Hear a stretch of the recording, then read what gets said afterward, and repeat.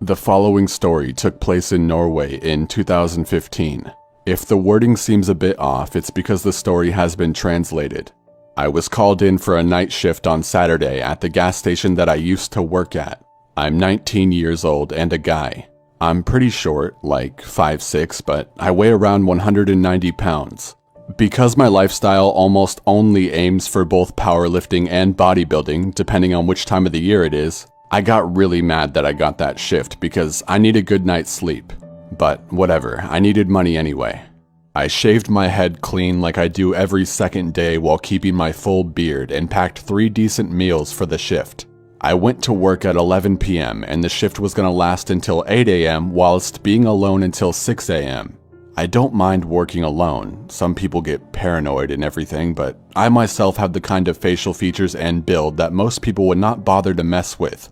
Even though I'm a very, very nice person, it doesn't really look like I am. I had some customers while working, of course, a lot of drunk people. Since it's Saturday and in Norway, people tend to grab a burger or a hot dog at the gas station before heading home, others just there to fill up on gas. But later, at around 4 a.m. when it started to get more and more quiet, I saw a stressed out woman a few steps away from the door outside. I couldn't exactly tell what she looked like from behind the cashier desk, but I could tell that she was stressed out, standing with her arms crossed together while turning her head to the sides and turning around every now and then. I was considering to go out and ask if she needs any help, but I brushed it off and was thinking she was probably just waiting for someone. But then she looked inside and began to walk towards the entrance. She came inside, breathing in between normal and heavy, and she sat down. I greeted her with a smile, and I could tell immediately that she was a drug abuser, and that she was really stressed out. She was dressed with normal-looking clothes and looked like she was in her 20s. She kindly responded with, "Hey," with an obvious fake smile where you could tell that this person is sad behind the mask that they're putting on. She then came to the desk, asking if she could borrow my phone to call her boyfriend. She said that there were people following her and that they wanted her hurt or dead. The following conversation goes on like this. "Are they looking for you? Like right now?" Yes. Please let me borrow your phone. "Sure thing, but wouldn't it be better if I called the cops for you?" No, please. All I need is to borrow your phone for a quick call.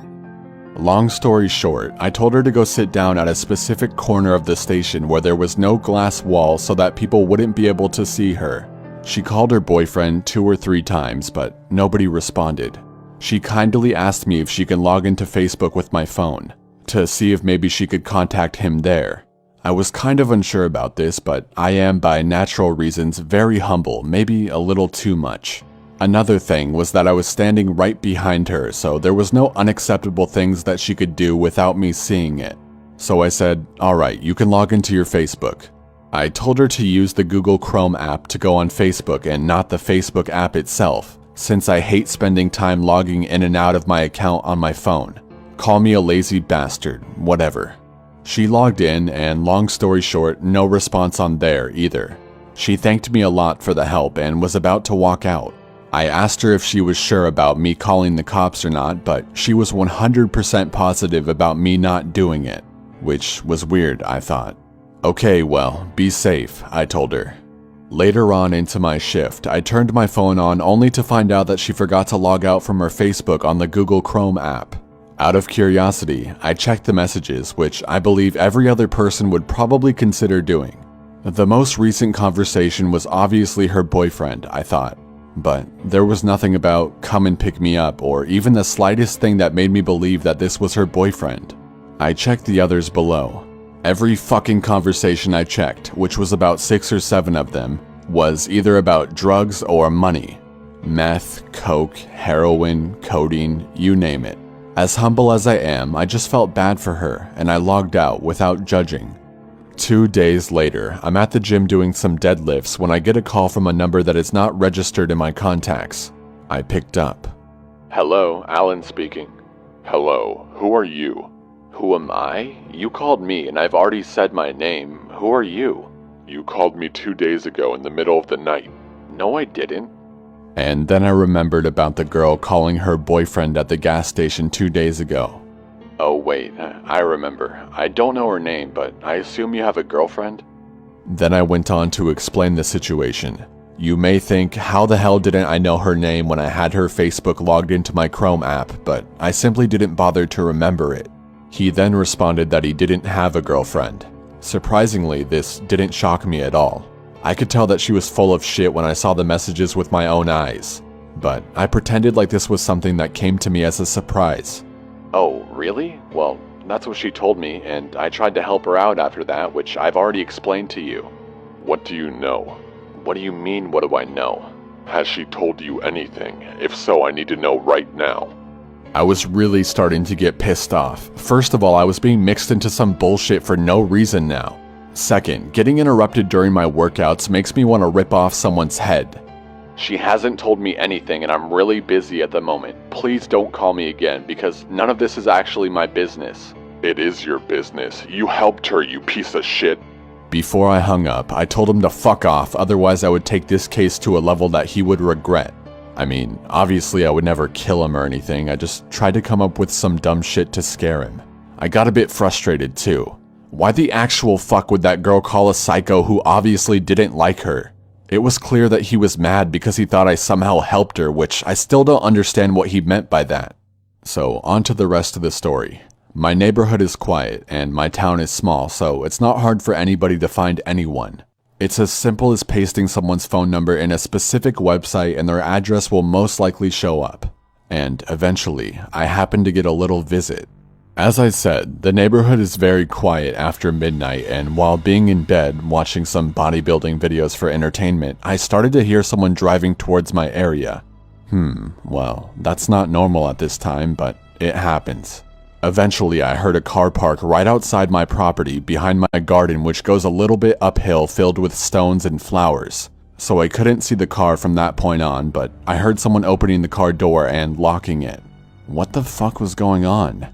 I opened my window quietly, just to be able to hear a little bit more.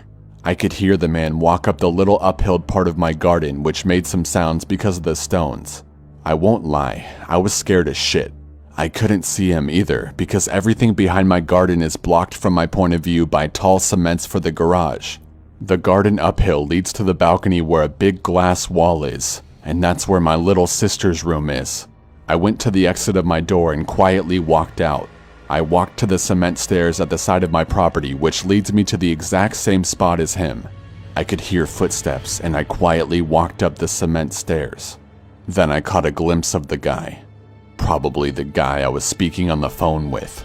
Keep in mind, I still don't know what the hell he wants from me and why the fuck that junkie woman called him in the first place at the gas station. I know nothing. My adrenaline was high, but got almost to its peak when he was right outside my little sister's glass wall. I was scared, but also really pissed off. No way he's going in there or trying at all. At the top of the cement stairs, I walked quick but silent until I saw that he could hear someone walk behind him just a few feet away.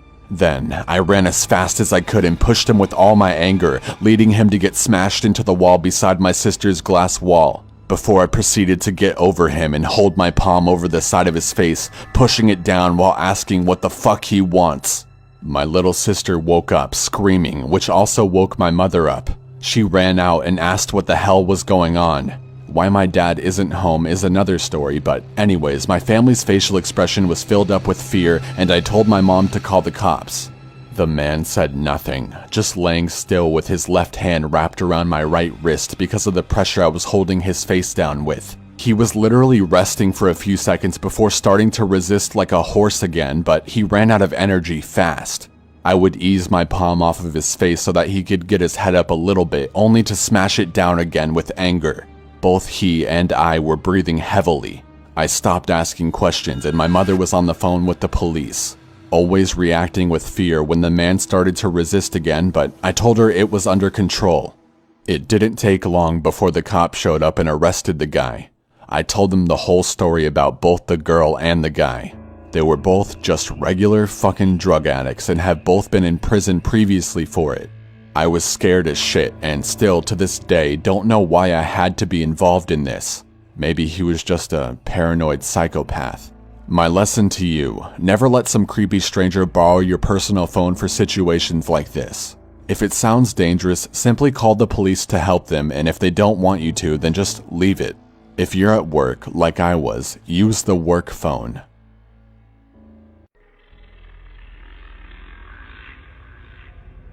My girlfriend and I had driven down a dirt road, an old dirt road, that ran beside a lake on one side, with mountains on the other.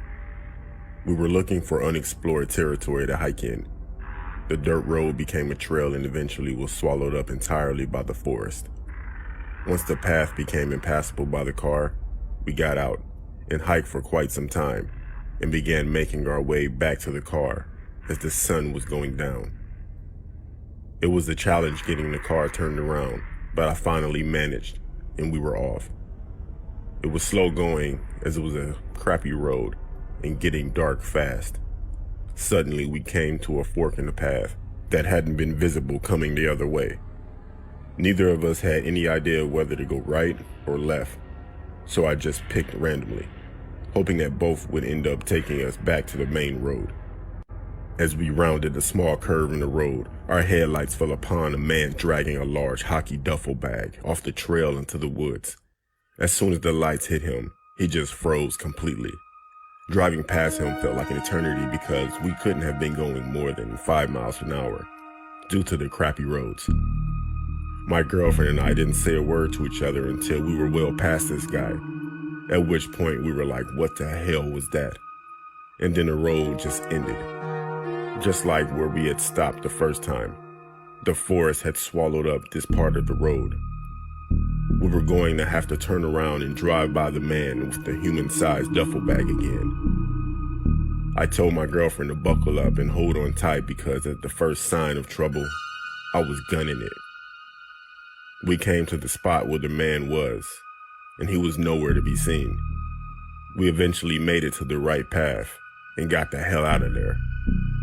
The weirdest thing about it was there wasn't a vehicle anywhere near this guy for 50 miles in either direction. We would have seen it if there had been. We traveled as far as possible both ways, and there just wasn't a place to pull off on the road. How the hell did he get there? Where was he going? And what was in the bag?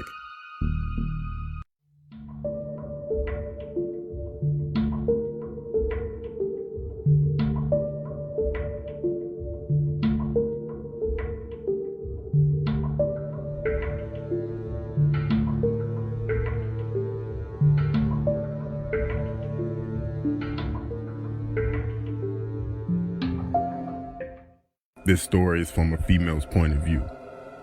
When I was in college, I worked in an Applebee's to make ends meet. I worked there from freshman year to senior year, so I had some regular customers. I had one that tipped me the most, and his name was Larry. Anyways, one day, while at work, I received a friend request on Facebook from a guy that was really attractive. I checked his page out before I accepted it, and it seemed legit, and he was in my city. As soon as I accepted it, he messaged me and said, "Hey, thanks for accepting my request." That was usually code for creep when someone does that, but he was cute.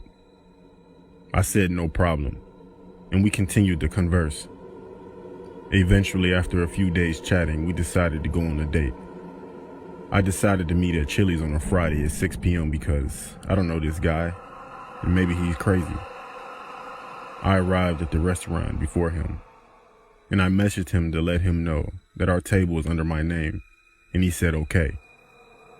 After about 20 minutes, I messaged him back, but he didn't reply until 20 minutes later telling me that he wasn't going to make it. I was pissed, but I ordered and ate my food. I left and I drove home. When I got to my apartment, I walked up the stairs to get to my apartment and I hear something behind me. I get to my door, turn to my left, and I see a man standing at the bottom of the stairs looking at me. I look closer and I see that it's Larry, my customer at work. I frantically asked him, "What is he doing here?" And he told me it's okay. Always make sure you make it home safe. Then he said, "Sorry I couldn't make it to the date." I said, "What?" I tried unlocking my door, but I dropped my keys, and he started running up the stairs yelling, "It's not what you think." I grabbed the keys, unlocked the door, and ran inside, closing my door behind me. He started banging on my door, telling me he was my best customer and he deserved me. I called the cops, and they caught him outside in my car, just sitting there calmly. After that, I deleted all of my social media and dating apps. Then I quit my job at Applebee's. Ever since that experience, I'm very paranoid of people's intentions, and I always carry a pistol.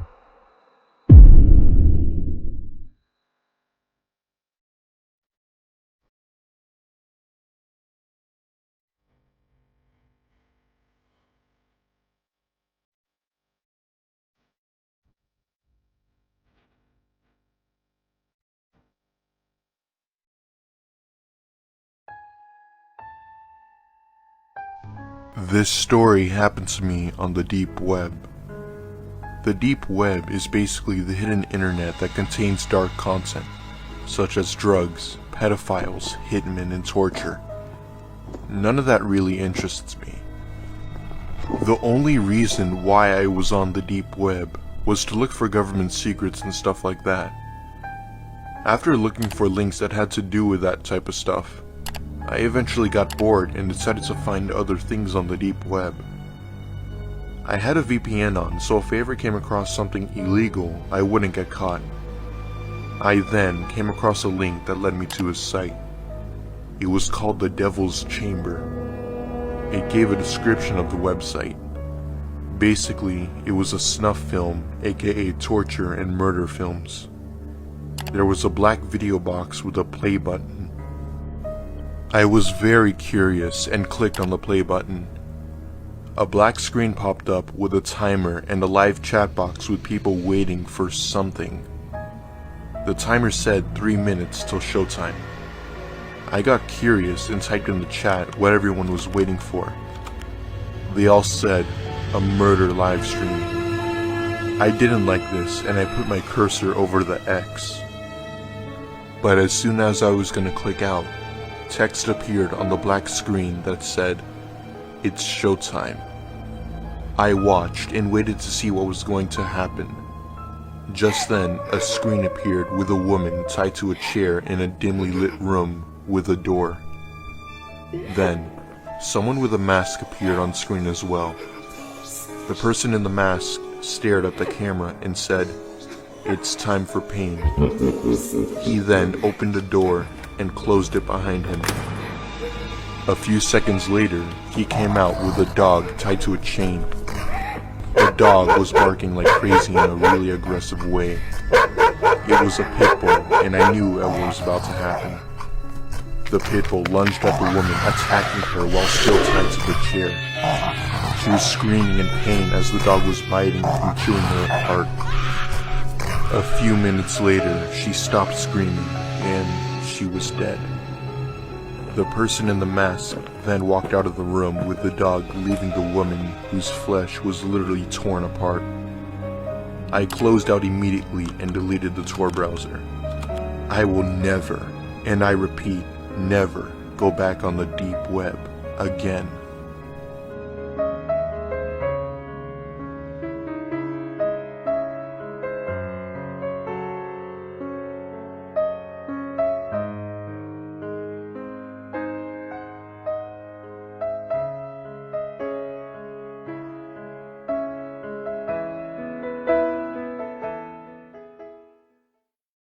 I had 3 really good friends, and their names were Kevin, Ryan, and Tommy. Every summer our parents would take us on a vacation. We always stayed in a remote cabin in the forest of Minnesota. The cabin was located on a large island in the middle of Lake Vermilion. Eventually, when we were old enough, our parents let us go to the cabin on our own for the first time. When we got there, we parked the car on the gravel road beside the lake. Then we had to take a boat across the lake, about half a mile to reach the cabin. There were a few other cabins on the island, but they were all at least half a mile away. The cabin was quite small and only had a kitchen, a bathroom, and 2 bedrooms. At night, it was pitch black. There were no street lights for miles, and the only light came from the moon. There were no curtains on the windows, so when you were sleeping at night, you could see the moon shining down on the trees and the lake outside. On the third night of our trip, we set up a campfire by the edge of the lake. The moon was full and a pale white glow was shimmering across the lake. We were gazing up at the stars when all of a sudden we heard a splashing sound, as if something was moving about in the water. Ryan suddenly stood up and pointed, saying, "What the hell is that?" We all looked in the direction he was pointing, peering into the darkness. After a while, I could make out he was pointing at. I'll never forget the feeling of terror that came over me. The hair on the back of my neck stood up, and goosebumps appeared on my arms. I was paralyzed in fear. Out in the middle of the lake, there was a woman's head. It was just floating there on the surface of the water, staring directly at us.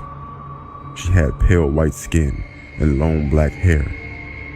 Her hair was matted to her face. The rest of her was submerged or not even there. We tried to tell ourselves that it was just a loon. They are black and white birds that hunt at night, diving deep into the water. It didn't look like a loon, but that's what we tried to convince ourselves it was. We threw some more wood on the fire and tried to forget about it, but it still gave me the creeps. About an hour later, I had to go to the toilet, so I walked down to the edge of the dock and peed into the lake. Looking out over the moonlit lake, I noticed the thing was still there, but now it was much closer. It still looked like the woman's head, and it still seemed to be staring right at me. Its face was still extremely pale, as if it hadn't been out in the sun for years, and I could easily make out some facial features, the eyes and the nose. A feeling of incredible unease came over me as I realized it couldn't be a loon. There was no way a loon could just tread water for that long. There were no ripples around it either. It wasn't moving at all. It was just standing there, stiff as a board, submerged in the water. I immediately zipped up my pants and ran back up to the dock, to where my friends were, sitting around the campfire. I told them what I'd seen, but none of them dared to go down to the dock to take a closer look. We tried to tell ourselves it was just a log or a tree branch, just floating out in the water. I could tell everyone else felt uneasy too. None of us really believed that. We went back into the cabin and we shut the door, locking it behind us. It was very late and we just needed sleep. None of us mentioned a thing in the lake. We were all trying to avoid talking about it, honestly. There were no curtains on the windows, and I was getting ready for bed. I couldn't help but taking one last look. Peering out of the window, I could see the lake clearly, illuminated by the full moon. But the thing wasn't there anymore. It had completely vanished. I let out a sigh of relief, thinking it was a log that just floated away, or else it sank below the surface. Or perhaps it had been a loon, and it finally flown away. It was very hot that night, and we had to sleep with the windows open. My friend Tommy and I slept in one bedroom, and my two other friends slept in the other. We left our bedroom doors open. I was finding it hard to sleep, very, very hard. It was the middle of the summer and there wasn't even a slight breeze. The heat was stifling. As I lay there, I thought I could hear someone walking around outside the cabin. I kept my eyes tightly shut and tried to tell myself it was just my imagination. It sounded like someone with bare, wet feet, pacing back and forth. I was trembling with fear, but I felt so weak I couldn't move. The footsteps, they sounded like they were walking up the steps to the cabin door. I wanted to shout out to my friends, but I was frozen in terror. Then the footsteps turned around and sounded like they were running down the steps and toward the lake. After a while, the footsteps faded away. I reached over and shook my friend Tommy. He was already awake and he claimed he had heard the footsteps as well. Just then, I was startled to see Ryan coming running into our room. When he stepped into the moonlight, I could see his face and the expression on it was very, very disturbing. He told us, "We need to leave." I asked why. "What did you hear?" He said, "Let's just go," he insisted. "Let's get to the boat and it's time to go." He wouldn't answer. He just ran back into his room. We followed him and found Kevin sitting on his bed, already packing up his things. Ryan was running around frantically grabbing his stuff and stuffing it into a bag. "What's wrong?" I demanded. "Ryan, what the hell is wrong with you? Tell us." He just stopped in his tracks and stared at me. There was a haunted look in his eyes. I would never forget what he said. He told us he was turning over in his bed to get more comfortable when he suddenly saw at the top right corner of his window someone was peeking in. As soon as he set his eyes on it, the face vanished. He said all he saw was long black hair hanging down the window, ghostly white skin, and one large eye staring at him. When he said that, it chilled us to the bone. We realized that if the face was in the top right corner of the window, that meant the thing had to be damn near 8 feet tall, or else floating in midair. I felt like I was going to be sick. "Let's just go," Ryan said in a very serious tone. "Let's just go now." We all agreed and packed our stuff up as quickly as we could. We grabbed our bags and ran out of the cabin, locking the door behind us. As we scrambled down the front steps, I glanced to the side and I saw footprints, bare, wet footprints, in the dirt all around the cabin. We ran down to the boat and threw our stuff in. We untied the boat from the dock and we sped off.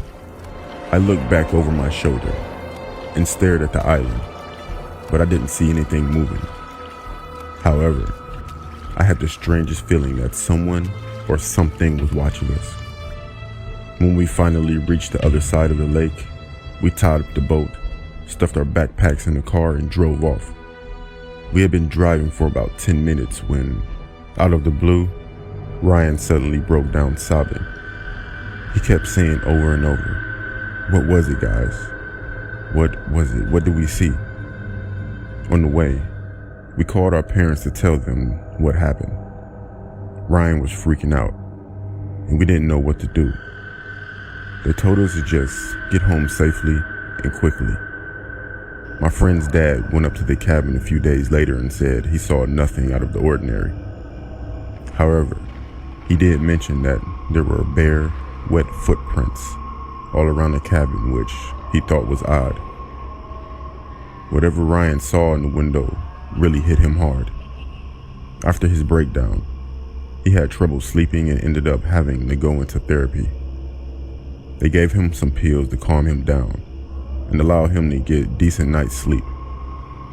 As time went on, he recovered and ended up being fine.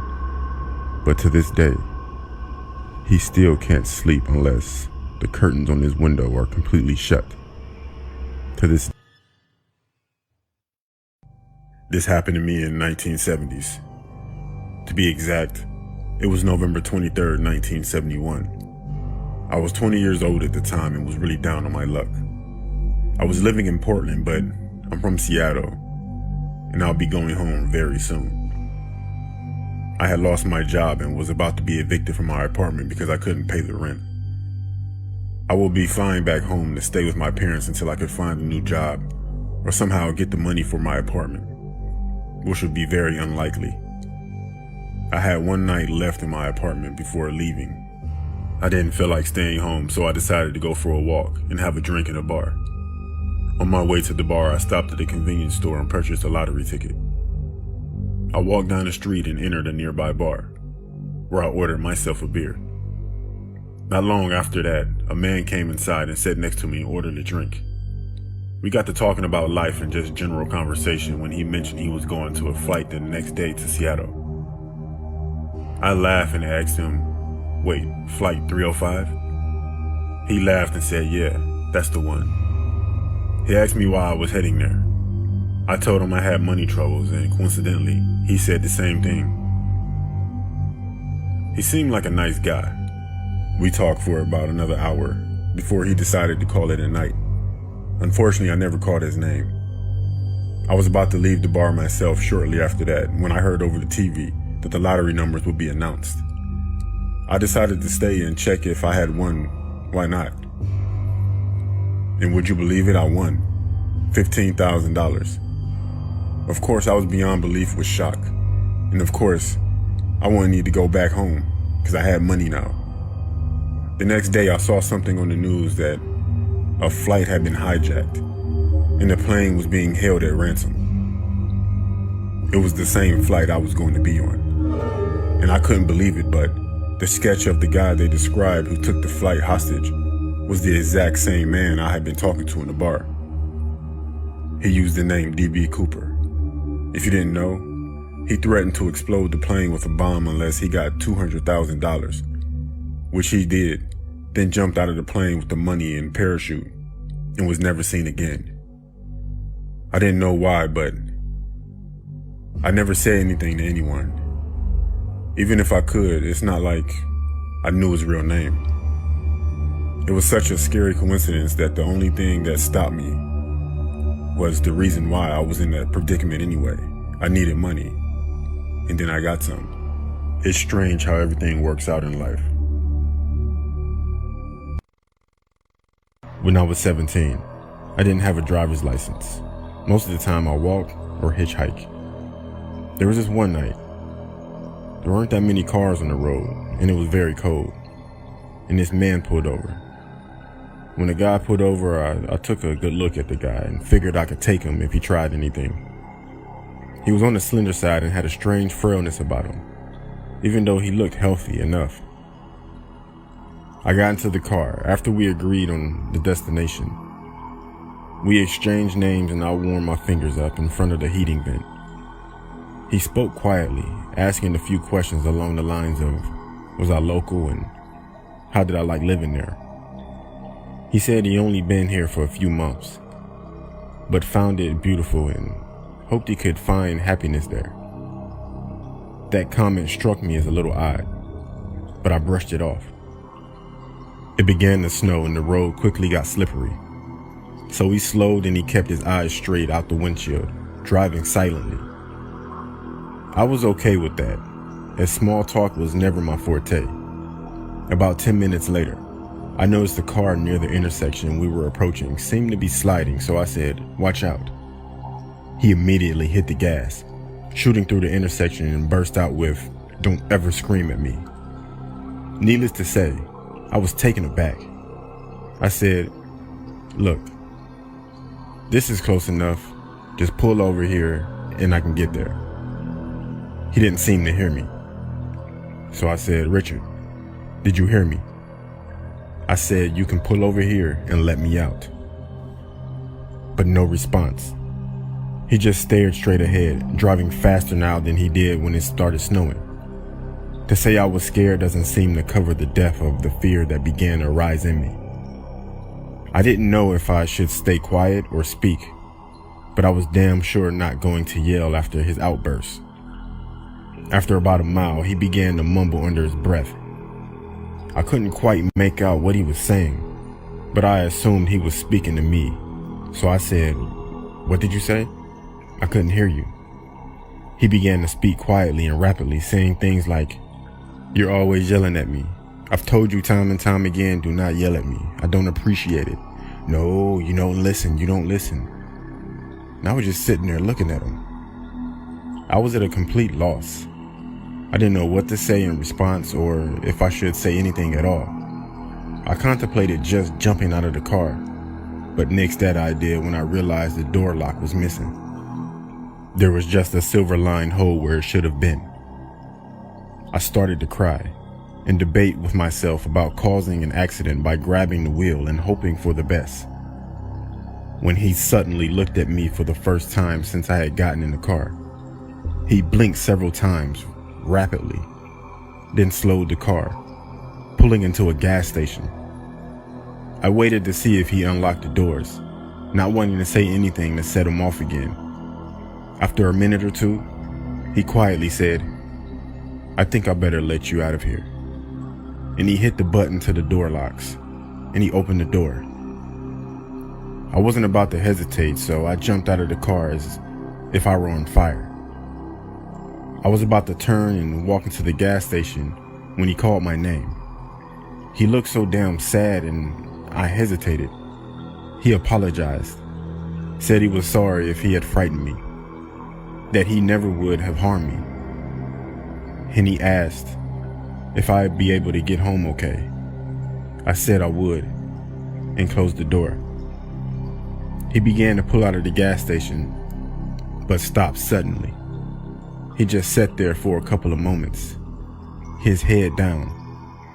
I froze, wondering what the hell was up, and was about to run into the gas station, but he opened his window and yelled at me, waving something in his hand, my hat.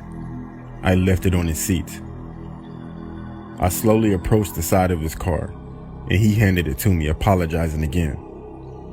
I didn't know what else to say, so I just said, "Thanks." I watched as he drove off, making sure he was out of sight before moving on so he wouldn't know which direction I was heading.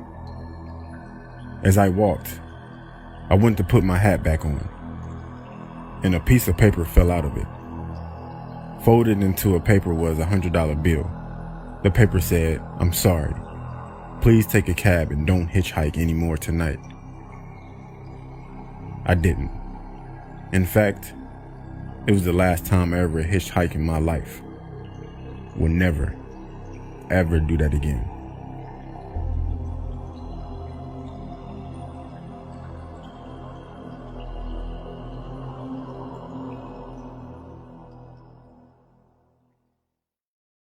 One evening when I was in my junior year of high school, my mom and dad went out, leaving me home alone. I had a lot of homework to do, so I spent the whole evening sitting at a desk in my bedroom. My parents left the house around 6 p.m. When I was doing my homework, I put on my headphones and I listened to loud music. There was a big storm that night, and my desk was facing the window, so I could see the rain and the lightning outside.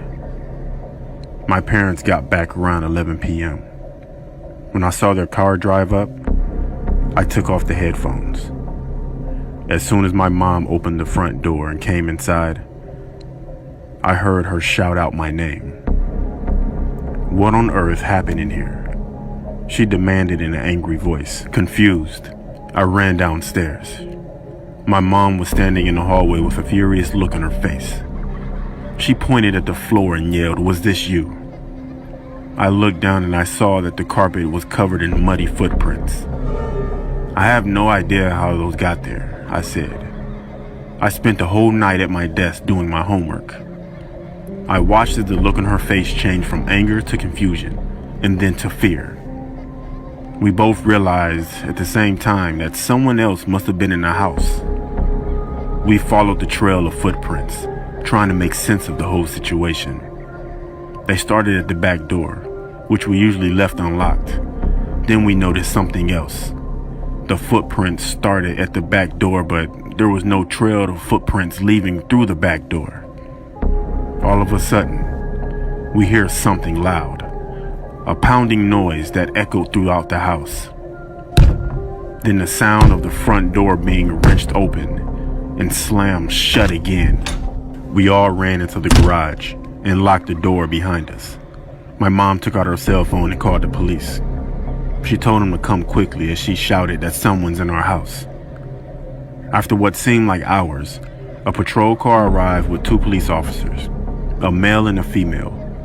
One officer stayed with us in the garage, while his partner went through the house, searching room by room. When she came back, the female officer told us that there was no one in the house, and it was safe to go back in. As we were all breathing a high sigh of relief, she asked, Whose bedroom is upstairs on the left? My parents looked at me. It's mine, I told the officer. She asked us to follow her. As we walked through the house, we could see the trail of muddy footprints leading from the back door, through the living room, through the hallway, up the stairs, into my parents' bedroom, then towards my room. They stopped at my doorway. The female officer pointed at my door, which had been open the whole night. Scrawled on it in black marker was the following: 8:47, I see you. 8:53, you forgot to lock the back door. 8:59, you seem focused. 9:24, turn around.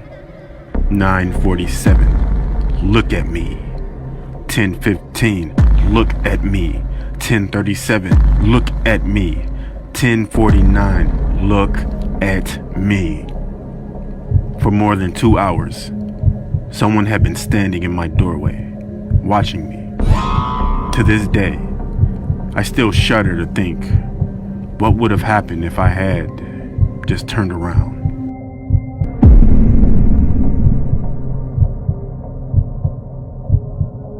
This story happened about 3 years ago. When I was 16, I had my first boyfriend, Ben, who just so happened to be my next door neighbor. For the first few months of dating, we were going fine, up until I had dinner at Ben's house one evening. His dad, Graham, gave me the creeps. From the first moment I ever met him, he was creepy to me. He shook my hand tightly and had a big grin on his face with his big bulging eyes. At the dinner, I swear Graham never took his eyes off of me at all. Every now and then, I would glance over to see if he was still staring at me, and of course he was. From then on, I spent more time around Ben's house. We would watch movies in his room, play video games, or just study homework. Whenever I was at Ben's house, his dad would always be lingering around. Like he would always burst into the bedroom without knocking, asking things like, "How's everything?" or "I thought I heard you calling me." Basically an excuse to come in. It's like he wanted to catch us doing something, if you know what I mean. And whenever I would go to the bathroom, of course, he would try and come in, even though the door was locked. He would knock and say, "Oh, I didn't realize someone was in the bathroom." This creepy stuff went on for a while, maybe about 2 months, but there was this one incident that really scared me. Ben asked if I can go to the basement and grab a couple of pops. I went down there and looked around in the fridge to see what drinks they had.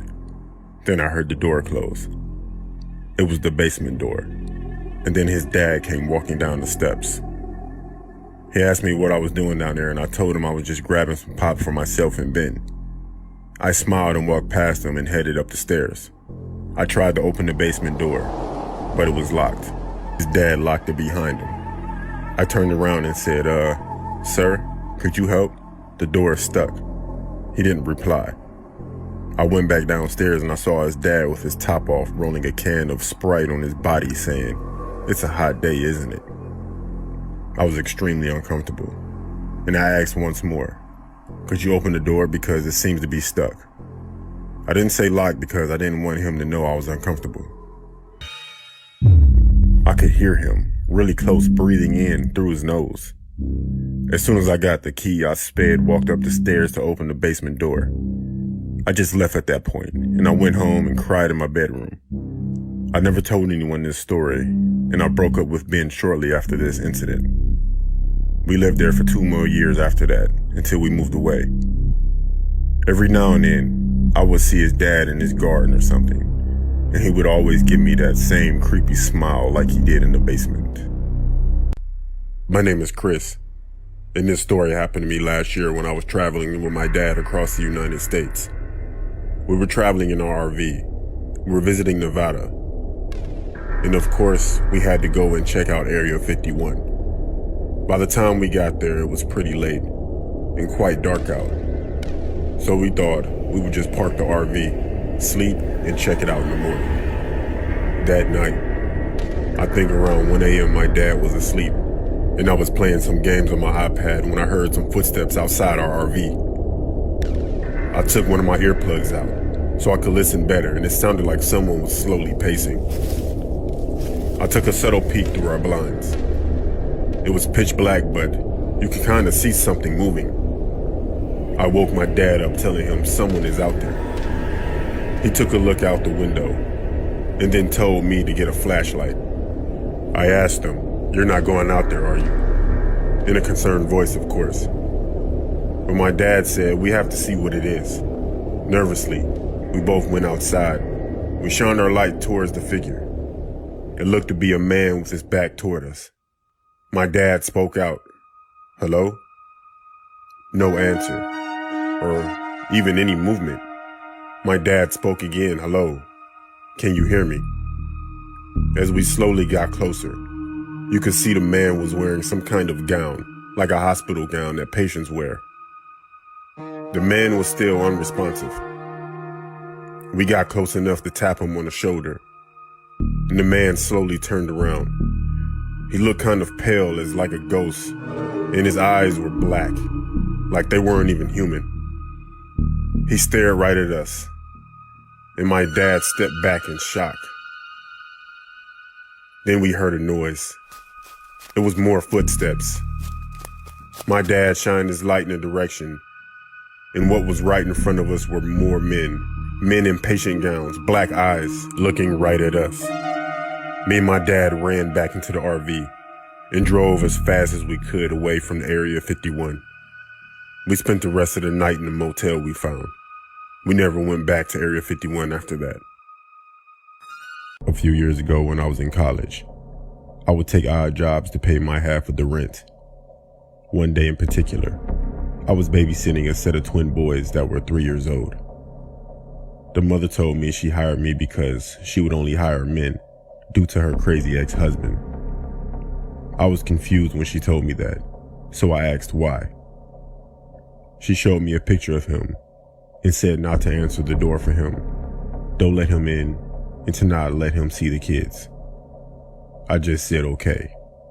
I thought she was being dramatic, but I went along with it. After she left, the kids seemed harmless, so I told my girlfriend to come over. After that, there was a knock at the door. I figured it was her, so I opened the door. It was the ex-husband. This guy looked a lot scarier in real life than he did in the pictures. He towered over me with tattoos everywhere, including his neck, a bald head, and gold teeth. He asked to see his kids. I didn't know what to do, so I just told him, hold on, and I closed the door. I really didn't know what to do, so I called the woman and she didn't answer, so I texted her. Still nothing. Eventually, he started knocking on the door some more, but I would talk through the door, letting him know that I can't let him in, nor could I let the children out to see him due to the mother's request. He didn't like that too much. I stopped talking, then the knocking stopped, and the man said, okay. But it was an okay that sounded like he was going to get me back for not letting him in. I look outside and I see that he pulled off. I didn't call the police because he left. So my girlfriend texted me and it said she'll be there in 2 minutes. Then a few minutes go by and she isn't there yet. Then I see one of the twins looking out the window and he says, there's Daddy. I look out the window and I saw the most disturbing thing you could think of. The man was on top of my girlfriend, stabbing her repeatedly in the side of her head with a screwdriver. Her body was shaking, but she wasn't making any noise. And there was blood everywhere, all over her head, face, ground, and that man. I wanted to burst out of that door to help her, but I couldn't bring myself to do it. So I called the police. The man just stood there, staring at the house. He never tried to escape, just waited for the police as if he were crazy. The twins' mother and the cop showed up at the same time, and she was hysterical, going between Spanish and English while crying. I felt numb, guilty, and ashamed that I called my girlfriend over, and she was killed. And I was a coward that stayed in the house. Till this day, I still feel the guilt. When I was 10 years old, I stayed at home by myself for the first time while my parents went out for a date. I was really into horror movies, so my imagination ran wild, so I had every light on in the house. I was scared, honestly, but not so much due to the lights. My parents told me they would be back by 10, so I wasn't really worried. I had food, blockbuster movies to watch, and my favorite game, Manhunt, on my PS2. By the way, this was 2004. It started to get dark outside when all of a sudden a storm hit. Then the lights went out.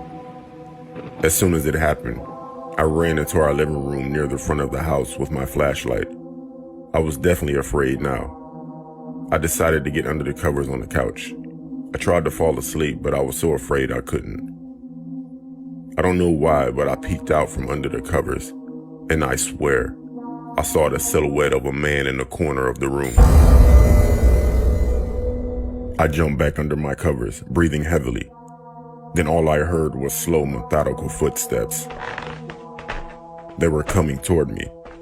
Then I heard whispering along with the footsteps. My heart was pumping out of my chest at this point.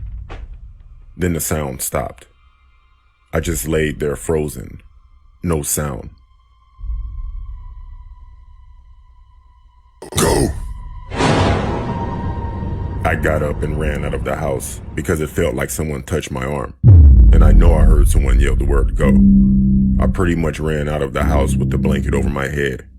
I ran to my neighbor's house. I told them what happened and they called the cops from their cell phones. My parents arrived a little later than they expected due to bad traffic. They seemed angry about what happened. The police say that there was no evidence of a break-in. I still to this day remember that feeling of fear, but I really don't know if it were my imagination or not.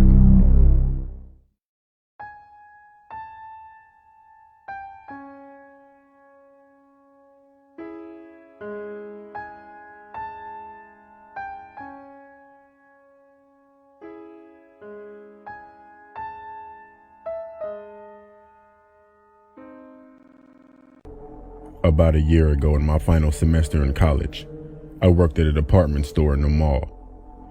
I didn't have a car yet, so I asked for the day shifts because it was a 2-hour bus ride back home. So basically, if I had a closing shift, I'd get done at 11 but not get home until around 1 a.m. But sometimes I'd be given a closing shift, much to my annoyance since I had class at 6 a.m. And my mother worries about me because who wants their kid on public transportation at night? My managers, being the jerks that they were, gave me a week of closing shifts, knowing my situation. I was pissed, but whatever. So one night, I had just finished my shift and I got on the bus.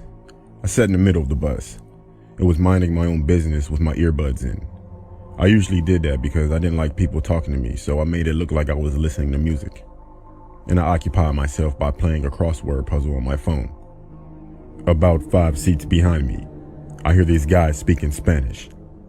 Now, my mother is Dominican, but people never know that I am, so while I understand a fair bit of Spanish, I don't speak it. So I hear them talking, but I don't pay any attention because it's rude to eavesdrop. All until they say, "That kid in front of us." Then my ears perk up. I keep my earbuds in so that they think I can't hear them. And I continue to listen. What they're saying is horrific. To paraphrase it, they knew my stop because they've been watching me for this week. And to put it simply, they were planning on snatching me. I heard them say that I'll disappear like the others. I was about 20 minutes away from home, so I knew I had to act quickly. Since I knew they could see me, there were 5 seats behind me, but like a cross, if that makes sense. I pretended to play on my phone, oblivious while I was actually texting my mom. Then all of a sudden, one of the guys moved 3 seats ahead of me, and the other one moved about 3 seats behind me. And we're the last ones on the bus. I text my mom, "Can you please meet me at the bus stop?" 5 minutes go by, no answer. We're getting closer to my stop, so I decided to call her cell. No answer. I call the house phone and she finally answers. At this point, it's about 12:30 a.m., so she was asleep. I try to talk as calmly as I can. This was our conversation. "Hey, Mom, did you get my text?" No. What's up?" "Oh, I sent you a picture of these jeans I'm gonna order online when I get home.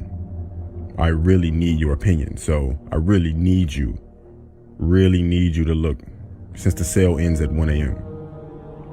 She gets the hint that I need her to look at her cell phone, so I say goodbye and I hope for the best. I tied my Adidas very tight. We get to my stop, and I see my mom's car. I stand up. Then the man in front of me stands up. Then the guy behind me stands up. I snatch my stuff and I sprint to the door, and I got off the bus with both men behind me, both yelling at each other to grab me. I didn't even look behind me. My mom sees the whole thing and jumps out of the car. I yell at her to get back in the car because they couldn't catch me, a hard ass. I jump in the car and I tell my mom, "Just go." I look in the rear view and I see the guy staring at the car. The next morning, I called my job and I tell them that I quit. No more public transportation for me. Thanks to my mom for teaching me Spanish, and thanks to my mom for getting the hint. It was about 3 in the morning and I was on my way to my job at my local McDonald's to open with one of my favorite managers there with me. She told me to text her when I got there so that she could let me inside. Once I pulled in, I noticed a man standing outside of his car in the farthest corner of the parking lot. He was shooting me this sort of menacing stare. Let me point out that it's completely pouring outside.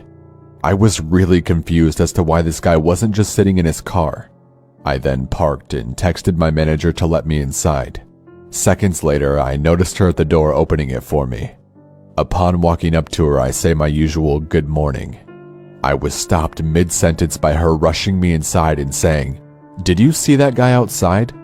I told her yes, and she proceeded to help me refill sauces, napkins, and things like that.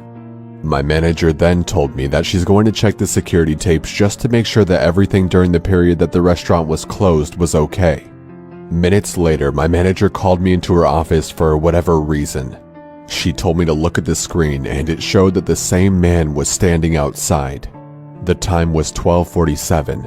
She then fast-forwarded the tape to reveal that the man had been standing outside the entire time up until now, and at this point it's about 3:50 a.m. I ran to the front lobby and I noticed him still standing over by his car. I figured, or was hoping, that he was probably just on something and he was waiting for us to open so that maybe he could get breakfast. I resumed filling sauces again and making sure everything was in working order, until I was abruptly interrupted by banging at the front door. I walked over and noticed a figure right outside the front door. It was the man. I yelled that we were closed and that he would have to come back later. That didn't seem to faze him as he continued to bang on the door. I walked away, figuring that he was just being an asshole, when suddenly I heard a loud crash. I ran to the lobby to see the glass door broken and the man beginning to step inside. I yelled for my manager and told her that we needed to leave through the back door, and we did just that. We booked it to our cars and both called the cops. They arrived in about 15 minutes and came outside the restaurant with a dirty-looking man in cuffs. They said he was hiding in the back janitor's closet with a large knife in his hand. So that's my story, and also the reason I'm never working early mornings again.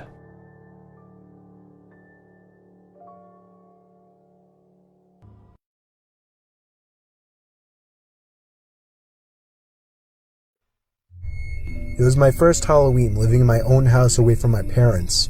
I live in a small corner house with a basement but no upstairs, a house my parents paid half for. It was 11 o'clock at night. I was sitting in the living room watching scary Halloween movies when I found myself getting up to answer a knock at the door. But then I stopped and thought, who could be at the door at 11 p.m.? Surely there were no more trick-or-treaters out. I had a pretty good feeling it was a late-night Halloween ding-dong ditcher, so I gave it a second, then I shot a glance to the porch through the window. They were gone already. Yup, ding-dong ditchers. I sat back down, not thinking twice about it, and again, knocking at the front door. "Get lost," I yelled. I was not in the mood for punky kids. They ignored my demands and started pounding now, not just knocking. I was pissed now. I leaped up and swung the door open. No one was there once again. I slipped on my shoes and headed outside to begin searching the bushes for the kids, but there was nobody in sight. Not in the bushes, not behind my car, not across the street. I was done answering. I didn't want to feed into their fun anymore, so I went back inside, double-locked the door, and went to my bedroom, also locking that door, just to feel safer, I guess. Even over the TV, I could still hear the stupid kids pounding on my front door repeatedly.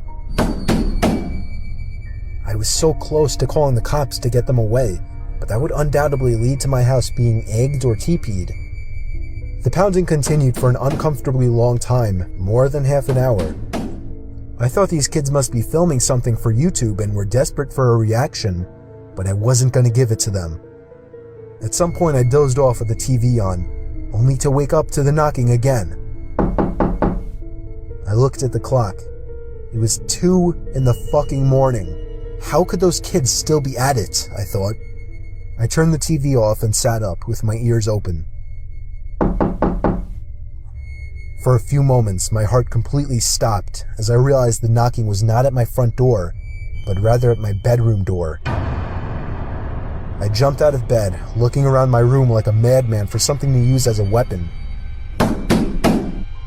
They knew I was awake now. They were trying the doorknob, trying to bust down the door. These weren't any kids. By some miracle, I came up with an idea. It was a long shot, but it was all I could think of.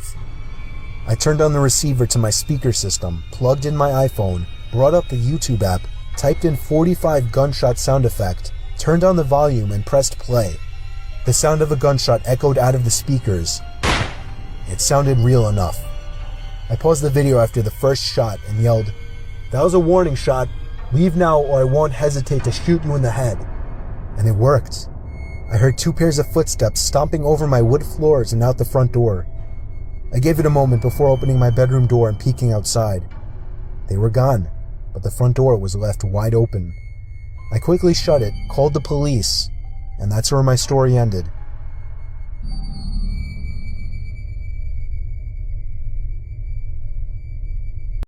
To add a bit of backstory, I was an active duty Marine a year prior to this story happening. Granted, we're trained to take lives and deploy to other countries to fight. Sad to say that I never got the opportunity to deploy, but if I wasn't trained as a Marine, I honestly think I wouldn't be here telling this story. Now, onto the story. This story took place last year on a cool summer night here in Arizona. I just got off from work and took a coworker home from a late night dinner after the shift. I passed by a gas station after I dropped her off. I was working 2 jobs at the time, so it was already late, around 2 a.m. I knew an energy drink would help me wake up tomorrow morning for my next job. So I was slowly pulling into this empty gas station. I noticed no other cars anywhere. That's when something caught my eye as I was pulling up in front of the entrance. There was a shadowy figure that suddenly pulled up along one of the walls of the gas station and kept creeping along the walls, getting closer as I pulled up. There was some sort of shadowy figure that suddenly pulled up along one of the walls of the gas station. It crept along the walls, getting closer as I pulled up and turned off my car. But at the time I couldn't care less because I was tired and I figured he was just a drunk and about to ask for change or something like that. I saw the outline of his face as he pulled away from the shadows. He opened his mouth to say something, but before he could say anything, I cut him off and said, "Hey, I'll be right back, sir." He just kinda stood there and stared at me as I walked into the gas station. I wasn't even thinking about him because I was tired and just wanted to go home. I swooped up my favorite energy drink and walked up to the cashier. I paid for my drink in a matter of a minute as the cashier wasn't really in any mood to make any small talk. I pushed the entrance door open and I noticed that the man was no longer there. I was looking around for the man as I approached my car to only see him coming from the dark corner again. But something seemed off about him this time. I didn't care to stick around to see what was off about him and went to open my car door. Then I heard rapid footsteps approach from behind me. I turned around as fast as possible to make eye contact with him. He was just staring at me less than an arm's reach away. Every option suddenly ran through my head, screaming at me to just get in the damn car and slam the door. But he was already too close for me to try anything without him trying to do something. So I wanted to try and create a peaceful conversation as a desperate attempt to try to get this creep away from me. I said, "Oh, hey, it's you again. Is there something I can do for you?" His whisper had a scratchy tone to it as he said, "Gotta need change." I was actually thrilled. I was happy because I could just give this creep some money as a peaceful resolution. I said, "Sure do. Hold on, I'll dig it out for you." By the time I grabbed a fistful of change as I leaned into my car, I heard the passenger door behind me open, and then I felt a handful of my hair get pulled into my driver's seat. My hair got yanked back really hard as he whispered, "You fucking scream or yell and I'll fucking kill you." Then I felt a knife slowly glide over my throat. He then whispered, "Understand." I carefully nodded up and down. He then replied, "Now we're going to New Mexico. Don't do anything stupid or I'll cover your car's interior with your blood." At the time I was thinking, fuck, this can't be fucking real. So I had to think and relax. That's one thing my commanding officer said in the Corps. The key to victory is a clear conscience and a cool head. So I asked him, "Okay, how are we doing this? You just gonna give me directions?" I then felt his grip on my hair loosen. "Good, smart kid. I hate when they beg me to let them go. Now use your GPS or whatever." His knife was still gently pressed up against 70% or so of my throat. So I told him I was slowly going to reach into my glove compartment for my GPS. Then I asked him where in New Mexico we were going. He laughed and told me to just shut up and drive. Why was he laughing now? This guy was a complete psycho. I was there driving and praying in my head for a chance to open where I would be able to fight back. I could tell that his knife was starting to get loose around my neck for every 5 minutes or so that I drove. The knife at the start of this drive was at about 70%, but now it was at around 50%. I had to make a right at the intersection. Finally, I saw an opportunity. I saw this Ford Ranger pickup truck coming down the road I was supposed to join on. In my head, I asked myself, "Do you really want to die a coward?" Then, as I saw the Ford Ranger approach at a rapid rate, I pressed all the way down on the gas pedal. Then, boom. All I remember from all the commotion is the guy leaning back as I slid my hand under his wrist of the hand that was carrying the knife and pinned it against the steering wheel of my car. I can hear the horn blaring, attracting more attention. He let go of the knife and ran out of the car as the intersection made itself known to me again as my surroundings were no longer blurry. I wanted to run after him, but the driver of the Ford Ranger grabbed me and said, "Hey, what the hell happened? Do you have insurance?" I was trying to push through the guy to catch that fucking coward, but the only words that escaped my mouth were, "Don't let him get away!" That's all I was yelling as I saw the dark silhouette of the man disappearing into the darkness. I told the police everything when they arrived. I did everything you're supposed to, but nothing really ever came of it. And they didn't see anyone matching my description of the man. I now carry my gun on me and a few knives, so I will never be the victim of something like this again.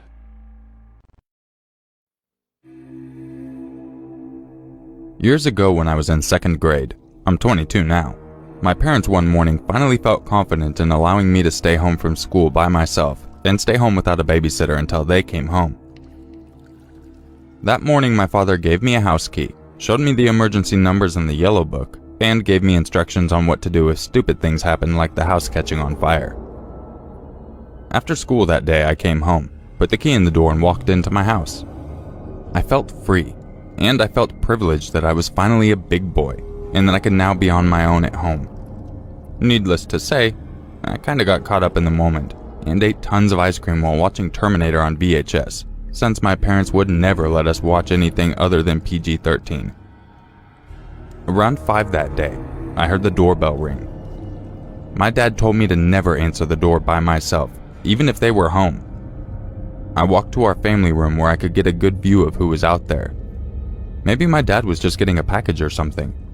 He did always enjoy ordering things online. I saw a middle-aged man standing in a dark blue jacket that I've never seen before.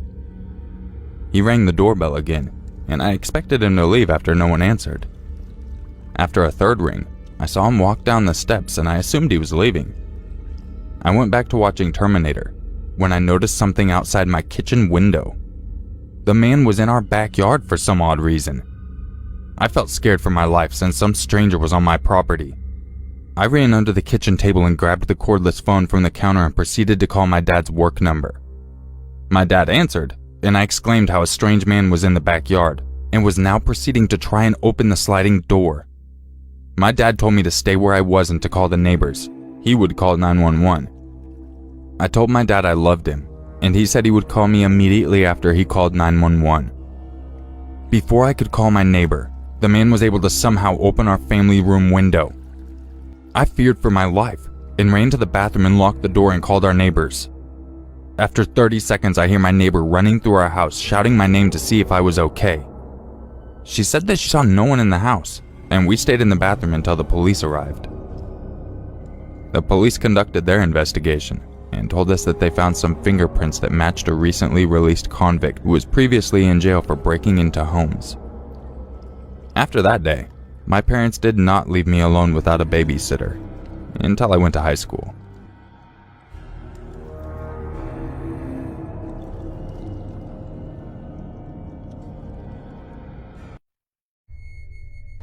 Back in 2008, Cloverfield was one of the biggest movies of the year, and I desperately wanted to see it. Most of my friends had already gone to see it, which upset me given that I didn't want to be seen going to the movie theater alone. However, I didn't have work or school on Thursdays, so on Wednesday night, I figured I could get away with going alone to one of the small theaters nearby with a screening of the film at 9:30, since I knew it would be quiet. Well, I showed up, bought a ticket, and immediately realized the entire building was dead. I entered the theater, and much to my surprise, there was not a single person in there. There were 2 large sections of seats in the theater. I sat in the bottom row of the upper section, which was seated just behind a tiny wall. During the quiet parts of the movie, which were very few, I kept thinking that I was hearing something coming from behind me. It was almost like I was hearing a voice. Is someone there? Nothing. I felt like the sounds were just getting louder and closer, but I kept turning around and didn't see anyone. I felt like I was losing my mind. Eventually, the sounds became so loud that it was evident it was a crazed whispering.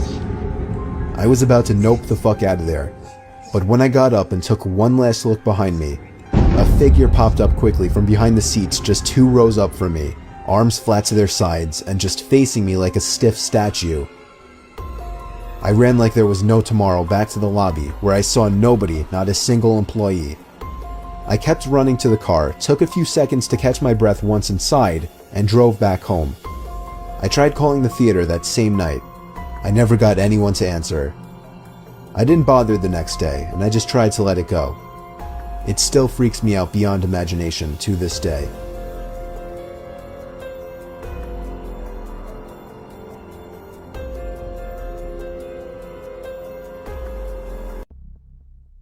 I hike very frequently and was on a trail and about 8 miles from the nearest gravel road. It was just me and my dog. Just to note, I've hiked these trails frequently and have only seen other people during mushroom hunting season and only near where the parking patches are, and this was in January. So it was freezing cold and there were no mushrooms. I'd been going at it for almost 2 hours when I stumbled upon a pile of bones. Large bones, bigger than human, maybe a cow, maybe buffalo, maybe horse. They were completely clean and sun-bleached. No flesh, no fur. I find deer remains all the time. They always have fur on their legs. This means someone or something cleaned them, or their old bones. The scary part is that they were neatly arranged into a pyramid shape, all leaning on each other like a teepee. I was just on this trail the week before and there had been no bones. There had also not been a giant dead animal, and there wouldn't have been any rotting happening because it was 20 Fahrenheit. I stared at them for a while, then turned around and spotted more peculiarities. The tree behind me had several bones strung up and hung in the tree by the trail marks. They swayed in the wind and kinda clunked gently like morbid wind chimes. So this means it had to have been somebody and not some weird raccoons or something. I start to panic because does this mean that somebody's watching me? Am I being warned or stalked? I always go on a select few trails and this is one of my most frequented, and never have I seen someone else out this far. The hairs on my neck stand up because I'm sure I'm in the crosshairs of some serial killer who's been stalking me. I walk with my headphones in. He could have followed me for weeks and I wouldn't have known. My dog freezes and points towards a different large tree 10 yards away. The hair of her scruff raises and she starts to growl and creep toward the tree. I'm panicking. I have nothing other than my hiking stick. My dog barks once. She's 40 pounds, by the way. She's not an attack dog. And she starts sprinting towards the tree. I instinctively crouch down. She reaches the tree and a turkey takes off from the other side, gobbling as it flies away. I can still feel my pulse in my eyes as I watch it fly away. I sigh, pet my dog, and check to make sure I didn't shit myself. I snap a few pictures of the weird bones and make my way back. I still hike through there, and the bones are still there untouched. No way am I touching them. No idea where they came from. Probably some weird old coot trying to scare people. It definitely worked on me.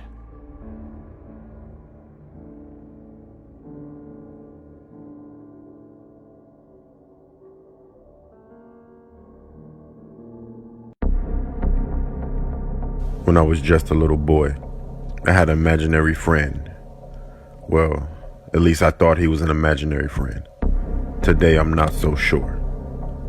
I would see him from time to time around my house. He was a man and he lurked in the shadows. He was completely black from head to toe and his skin was charred and pockmarked, like a burnt match. I couldn't make out his face or any other features. All I could see were his red eyes. He had the most terrifying red eyes I've ever seen.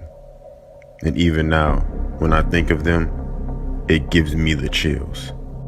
He appeared at random and without any warning. I would be playing with my toys and all of a sudden he would be there. He never made a sound. He never said a word. He never did anything except stand there staring at me and smiling. Then he would vanish as quietly as suddenly as he had come. As time went by, I got accustomed to his presence. It got to the point where he would just appear and I would just glance at him, then go back to playing with my toys. I could always feel his eyes as he was just standing ever so close and ever so far away at the same time. My family knew about him, but they never saw him themselves. My mother and father thought it was cute that I had an imaginary friend, but when I described him to them, they got a little creeped out. My sister was the only one who believed me. She's the only one who believed he was real, and she said it scared her. One time, I had just finished going to the bathroom and I started washing my hands. I was standing on a little stool so I could reach the sink. All of a sudden, I saw the man out of the corner of my eye. He was walking up the stairs. I called my sister and told her the man was here. She came running over, but just when I was about to point out the man, he walked backwards down the stairs until he was out of sight. When she left, he came creeping back up the stairs. I gave up trying to show him to people because he clearly did not want to be seen. Eventually, my parents moved out the house. I remember seeing the man with the red eyes watching us as we were moving and the van pulled away. He didn't follow us, and I didn't see him again after that. I dismissed him as a figment of my childish imagination. Years passed and I forgot about him. Then, one night, when I was 16 years old, I was walking upstairs to my bedroom. It was after midnight. As I was walking down the hallway, something emerged from one of the other bedrooms.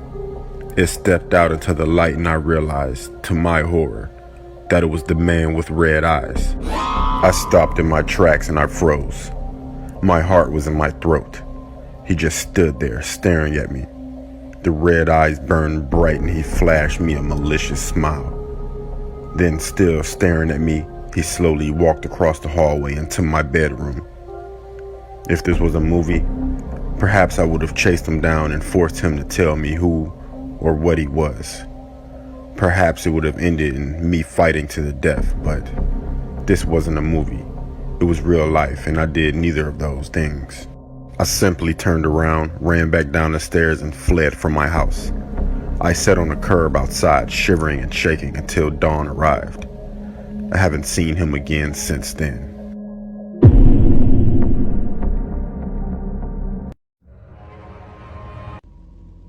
My friend was visiting family in the States. They lived in a rural community in Maine, and one morning she woke up before everyone else and decided to go for a run. After around 30 minutes, she turned back and started noticing a van following a few blocks behind her. She thought it was strange, so she started turning down a few streets, with the van following every move. She started sprinting, and the van sped up too. She ran to the first house she could find and started banging on the door. No answer. She hopped the fence and started banging on the back door. The dog in the house started barking at her, but still no one answered. She jumped into the empty pool in the backyard and hid while dialing 911. She could hear that the van had parked in front of the house, and a man started calling out to her, offering her a ride home. The dog in the house was now barking like crazy, and the man left after about a minute. Police showed up and took her back to her family's place. She gave a report, and they identified the van from a nearby HVAC business. It had been stolen earlier that day, and the same man was arrested in the next county at a gas station. I've never been a person to think that skinwalkers are real until 1 week ago. Last week I went camping with my mom and we were in Strawberry, Arizona. We were going to be camping for the weekend starting Friday night to Sunday afternoon. We arrived at about 6 o'clock and it was already dark. My mom started a small fire and we got working on putting up our tents. We got that done about 30 minutes later. We had our dinner, some s'mores, and went to bed. I woke up at 10 as I needed to go pee, so I got out a flashlight and went out to pee. A few moments later, I started walking back to my tent and I heard something scratching on what I assumed was wood. I stopped and I looked around. There was nothing there. I jogged back to my tent and got in. Within a few moments after I got into my tent, I heard the scratching again. It was closer now, way closer. After a minute or two, it went away. I fell asleep 15 minutes later. I was awoken to a loud screech. It sounded like it was within 20 feet of us. I didn't dare go out there with whatever that thing was. I was still half asleep and I turned on my flashlight in the tent and pointed it to the walls of the tent. Big mistake. It was attracted to my light and walked to it. I saw its silhouette come into view.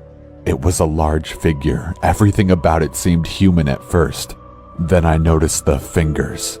They had what looked like to be claws instead. The height of it was larger than any person I had ever seen. Its legs were not human-like either. They looked like they belonged to a goat. It started scratching on my tent, making holes in it. I saw a part of the tall figure. Its legs were, as I described before, goat-like. I was paralyzed. The thing scratched my leg while trying to get into my tent and I kicked it. To my surprise, it didn't scratch me again whenever I did that. Then the creature started to shrink. This is the best way I can describe it. And it was what appeared to be a wolf, and it got on its back legs and ran. I shit you not, it ran on its back legs. I got a first aid kit out of my bag and wrapped my leg. The cut wasn't too deep, but it was bleeding pretty good. I got out of my tent and went into my mom's tent. She was awake and as frightened as I was. Within 15 minutes, everything was in the car and we got out of there. It was probably 3 in the morning whenever this happened, and we got home at about 5 in the morning. Let's just say I'm not going camping again for a while.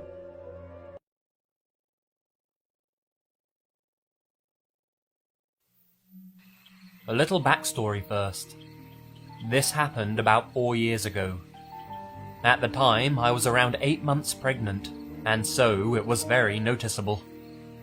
It was mid-December, and I was doing a little Christmas shopping at the mall at around 9 PM. I finished up my shopping and headed out of the mall towards my truck. There's a road that goes around the mall, and the parking is on the other side of this road. Therefore, you have to cross the road to get to the parking area. As I'm leaving the store, I happen to notice a man standing in the middle of the road. He looked in my direction and made eye contact. I looked away and kept going. At this time, there are 2 men who walk straight past him and walk into the mall. He never looks at them or says anything to them. He just keeps his eyes on me. I noticed that he started to walk in my direction, but I just keep on strolling towards my vehicle. Then I hear, "Excuse me, can you help me?" Being Southern has its downfalls, and one of those is having it ingrained in you to be polite. I simply just asked him, "What do you need?" He looked around for a moment and said, "Could you help me start my car? I think my battery is dead." Now, I may be Southern, but I'm not that polite, nor am I stupid. Please remember that I am very much pregnant and alone in a dark parking lot. If he was really having car trouble, is it likely that he would have asked a pregnant woman to help, rather than those 2 men who walked straight past him? Doubtful. At this point, I know it's time to go, so I just say, "Sorry, I can't help," and I keep on walking, a little faster this time. I still see him out of the corner of my eye, following me. I have my keys out, and I'm ready to go as soon as I get to my truck. He's still coming. "You really aren't gonna help me? I just need a jump." Again, I say, "No, sorry." I finally get to the truck, unlock it, and jump in. He's practically running towards me now. I lock the doors, and I tried to get the key into the ignition, but I was shaking so much at that very moment that the damn key would not fit in. He gets to the truck and hits my window, saying, "I just need your help for a minute." Now I'm starting to get angry, and I yell, "No, get the hell away from me." He grabs the door handle and tries to open my door and screams, "Just open it." Here is where I lost my cool and made a split-second decision. I have my concealed carry license, because there have been other reasons I've needed protection that I won't go into here. However, I did have my .38 Special in my console that I do know how to use. When he tried to open my door, my only thought was to protect my unborn child, and ran. I know I should have gotten the hell out of Dodge right then and there, but in that moment, I couldn't. All I could do was just sit there, in shock. I was terrified of not only what he might have done to me had I not sensed something was off, but also that I had just threatened to kill someone. Not a situation I ever want to be in again. However, should it happen, I still have that .38, and it's loaded and ready to go.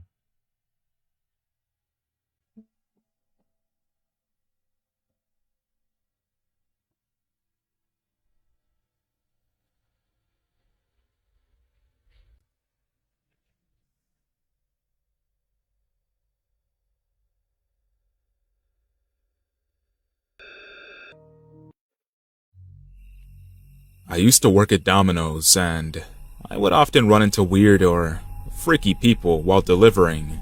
This is one of those experiences. I came to this weird worn-out house in horrible condition. The grass was tall, and it had a bunch of trash scattered throughout it. It also had a couple of windows that were boarded up. It looked completely abandoned, but the lights were on through some of the windows. I was a bit scared to go in, so I knocked on the door, and an old bald man with a mustache and glasses opened it. As he did, a putrid odor that smelled like something had died there hit me, and he began staring at me very intensely. He said, "Hello," in a very monotone way. I said hi as happily as I could act. As I handed him the pizzas, he said, "Thank you for the pizzas." He ordered 4 pies, and that kind of concerned me because it didn't sound like there was a party. I just replied with, "You're very welcome," with a fake smile. I avoided eye contact because I was very scared by this point. That's when I heard a couple of screams from another room. It sounded like children. I asked, "Who was that?" And he just answered with a straight face, "What are you talking about? I heard nothing." I knew I heard something, but I just decided to ignore it. I gave him the pizzas and he gave me the money, and all of a sudden, he just started touching my hair. He said, "Your hair's so soft and long and thick. It's just divine." This scared me, and I pushed his hand off of me and ran back towards my car and drove away. I knew I should have called the cops, but what if those kids were just his grandkids and they were playing, and those screams were playful? Maybe he just got pizza for them. I really don't know, but I know something was off about him. I've been told that I'm a great judge of character. I hope those kids were okay. I honestly just don't want to know what happened.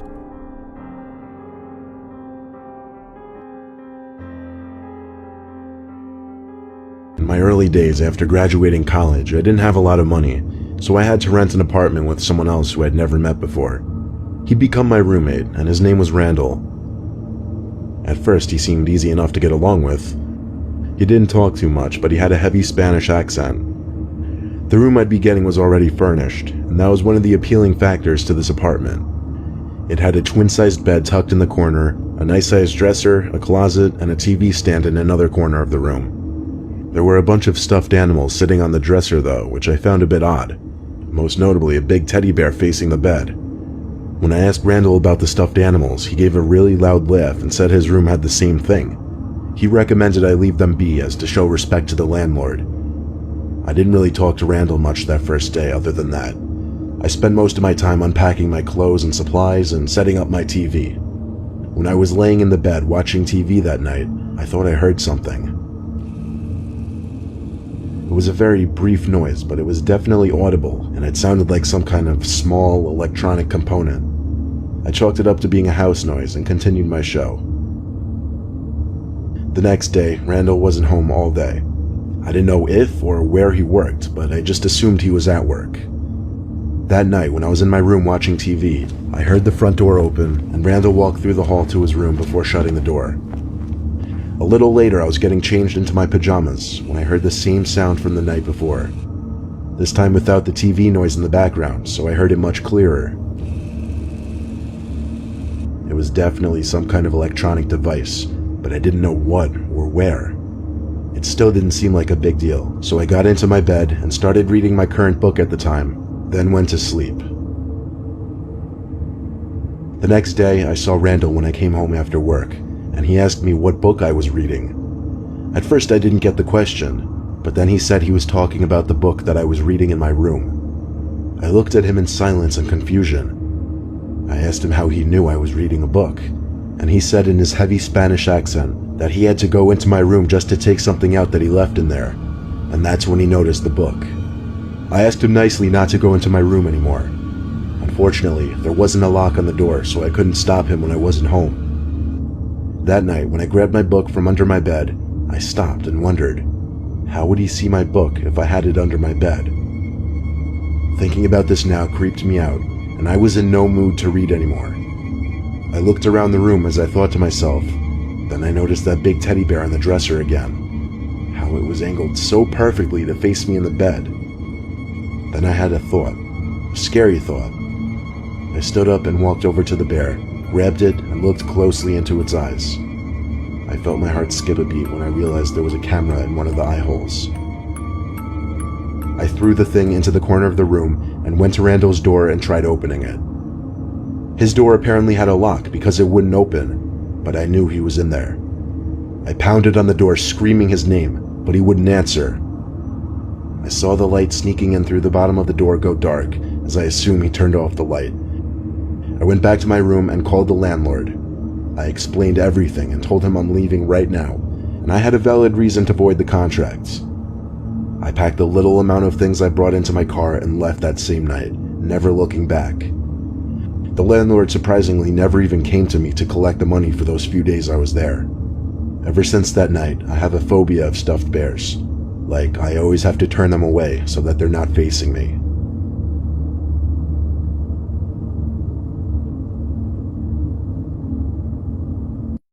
This was about 6 months ago in the summer, southern hemisphere here. I tend to order a fair bit of pizza since hunger is a thing, and pizza is pretty much my only option for delivery since I don't drive. Now, I'm the kind of girl who doesn't wear pants if I don't have to. Oh, the weather's about 25 degrees, no pants for me. I have one pair of shorts that I love to wear, but only around the house, so obviously I put those on as I'm expecting a pizza delivery and can't exactly open the door pantless. I open the door, accept the pizza, and begin eating my dinner by the television. Not too long into my meal, I get a message on my phone. I've deleted the messages, of course, but in the first message, the sender calls me by name, which is strange as I prefer my nickname, and asks if I'm home alone often with a winky face. Okay, way creepy. Who is this person? Between me asking who on earth they are and how they got my number, probably a mistake on my part, they begin to describe exactly what I was wearing, and I get a horrible sinking feeling. This person has my number, my name, and how I'm dressed. I realize that the only way they could know this is if they were the guy who delivered my pizza, as I had to use my name and number to order. And if that's the case, this person knows where I live too. I put the number into Google and checked the first few results. They're a local, and I've actually seen this person around on one of the buy, swap, sell pages on Facebook. Realizing they were in my town was the worst part, and they were literally in a good position to stalk, harass, or continue to be creepy as hell. I ended up drawing all the blinds, crawling into bed, and pretty much making myself into a blanket burrito, staying as still as I could for a few hours. I was genuinely scared out of my wits. Thankfully, I've yet to hear from this person again after threatening police action. A month ago, my girlfriend and I got engaged. We moved into a new apartment and began living together. It was the first time either of us had shared an apartment, so it was a new experience for the both of us. We were deeply in love. I knew she was the one I wanted to spend the rest of my life with, and I thought she felt the same about me. Everything went well until 2 weeks ago, when I noticed that my girlfriend was acting very strange. She had become so attached to me that it felt like she couldn't stand being away from me for more than a moment. One evening, she said to me, "Darling, when you're not at home, I still feel you're near me." I didn't attach much importance to these words. I thought she was just being affectionate. However, a few days later, she told me something else. "Whenever you're at work," she said, "I often hear your voice, as if you were calling my name." This began to happen more and more as the days went by, and I started to get a little worried about her.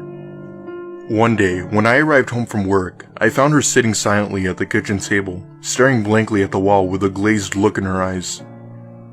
I grabbed a chair, sat down beside her, and asked her what was the matter.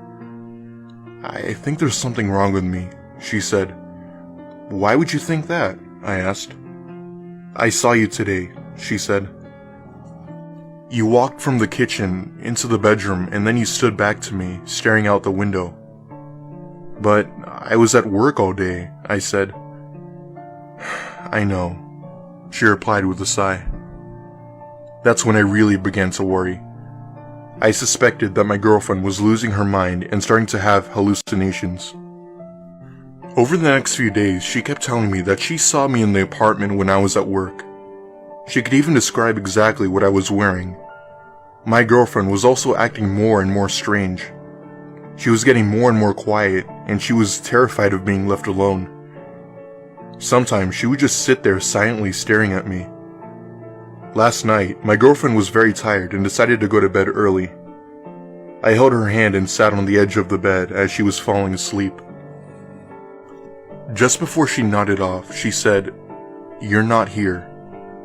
"Honey, I'm right here," I replied. "Don't worry, everything is fine." "No, you're not here," she said. "You're in the kitchen." Just then, I heard a dull noise coming from the kitchen. It sounded like a chair scraping across the linoleum.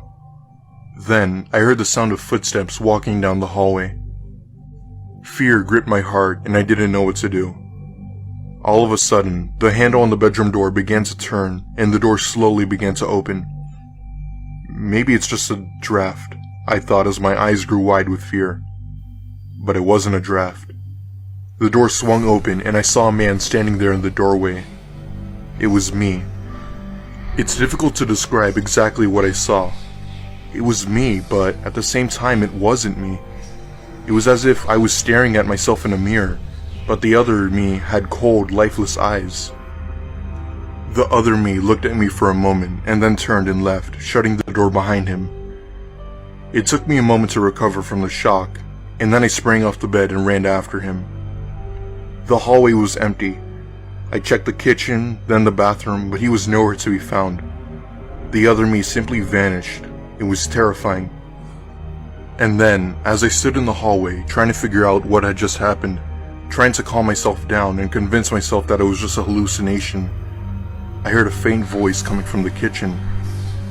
It wasn't my voice. It was the voice of my girlfriend. "We are here to stay," she said. "Forever." I realized that my girlfriend wasn't in the kitchen. She was lying in the bedroom, exactly where I had just left her seconds before. I was so frightened, I started trembling like a leaf. I ran into the bedroom, grabbed my girlfriend, and dragged her with me out the front door. We left in my apartment in that very moment and spent the night in my parents' house. Tomorrow, we will go back to pick up our things. I still can't understand what had happened in that apartment, but neither of us can bear to spend another night in there. Hopefully, when we pick our things up, all will be well and no one will be there.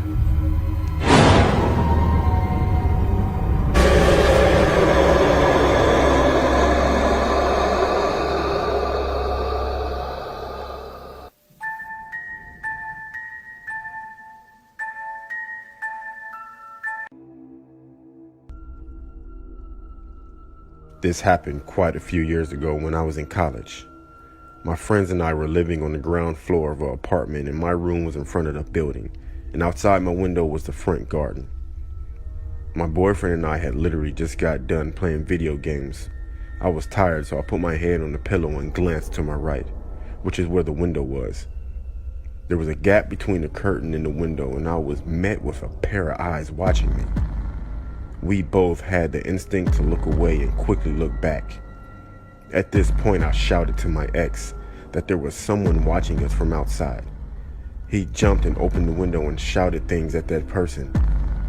He could see the grass was disturbed, so someone had been there, and by the looks, it had been more than once.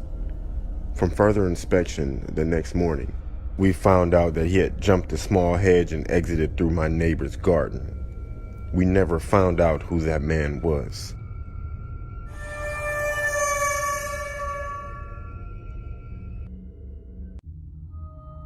It was Christmas and I was a freshman in high school. My family has been split up for some time, so normally we trade off Christmas Day and Christmas Eve each year.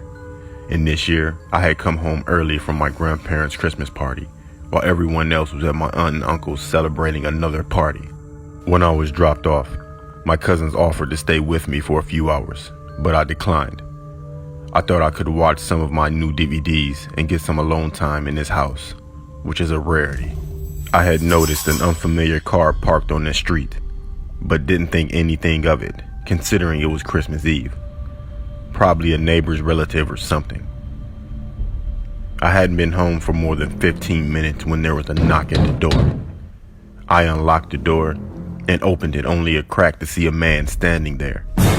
Dark hair, glasses, slightly overweight and dressed casually.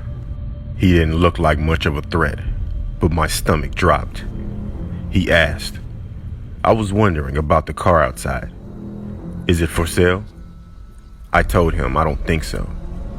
Is there someone here I can talk to about it? I said, quite stupidly, no, you can come back another time. And I shut the door and turned the lock as fast as I could. He reached for the door handle immediately and started pounding on the door. I heard a string of profanities and the pounding stopped. Terrified, I was crawling on the floor to the phone, hoping he wouldn't be able to see me through one of the windows. Then I heard the noises. Our house has an open garage door, and it led through to the laundry room, where the door lock was broken and no one had bothered to fix it. Just then I heard a man yell and I saw the man through the window run to his car and drive off. My uncle had gotten him, just in time, and he scared him away. Who knows what would have happened if he hadn't made it home in time. Sadly, we didn't get the plate number, and nothing ever came of it. But I'll never be home alone again on the holidays.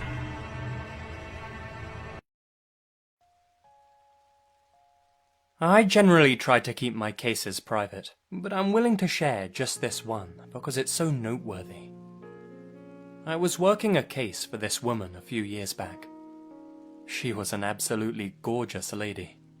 Youthful, slender, dark eyes and hair. A real catch. Yet despite all of that, she thought that her husband was cheating on her behind her back. I asked her what aroused her suspicions. Had she found lipstick on one of his shirt collars? The smell of another woman's fragrance on his clothes? She said that she had no physical evidence. She just said that her husband had started acting a little off, coming home an hour or two later than usual, seeming a little colder and more distant. She figured he had taken a lover. Well, the wife had plans to stay at her parents' place that weekend, so what we decided to do was lay a trap to find out for sure.